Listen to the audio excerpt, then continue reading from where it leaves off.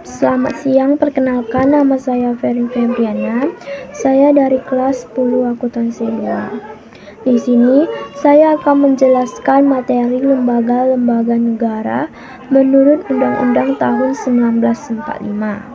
Adalah konstitusi dan sumber hukum tertinggi di Indonesia.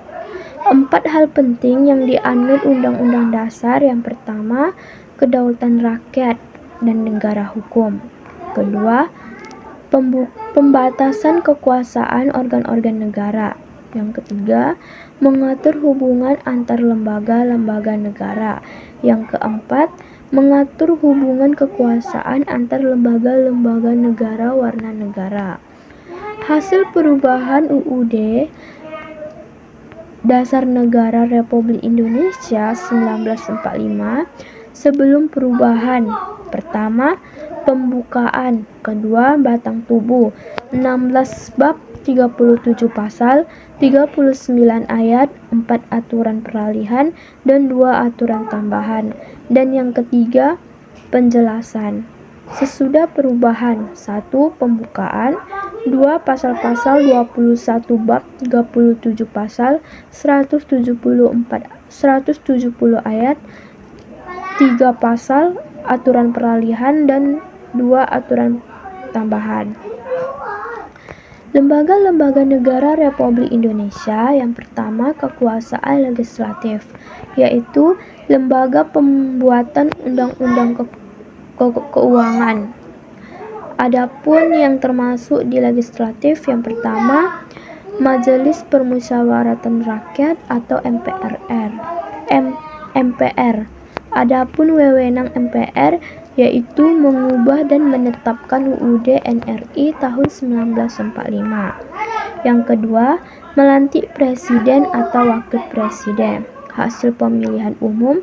Dan yang ketiga, memutuskan usul DPR untuk memberhentikan presiden dan wakil presiden dalam masa jabatannya. 2. Dewan Perwakilan Rakyat atau DPRR. DPR berfungsi berdasarkan UUD nomor 17 tahun 2024. Fungsi yang pertama, legislasi, yaitu membentuk undang-undang.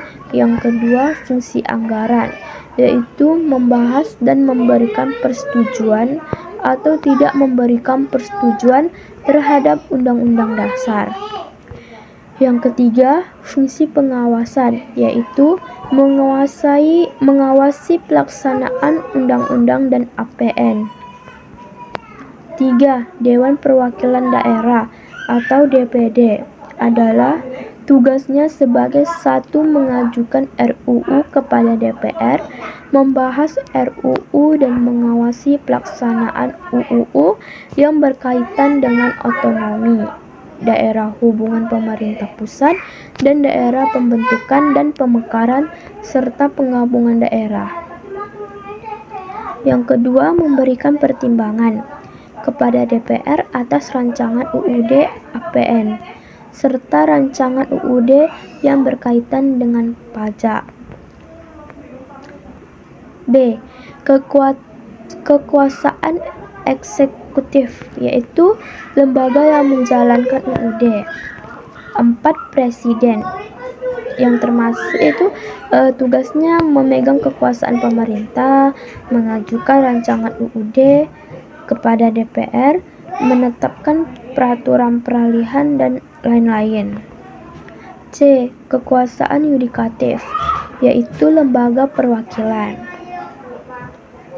yang termasuk Mahkamah Agung, berwenang mengadili pada tingkat kasasi, memeriksa dan memutuskan perkara.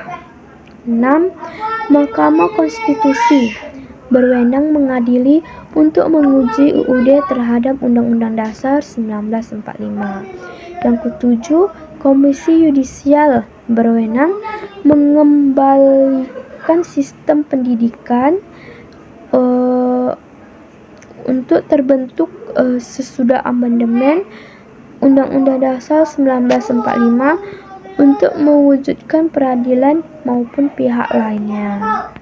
Baiklah, sekian saja penjelasan saya tentang materi PKN Lembaga-Lembaga Negara Republik Indonesia tahun 1945.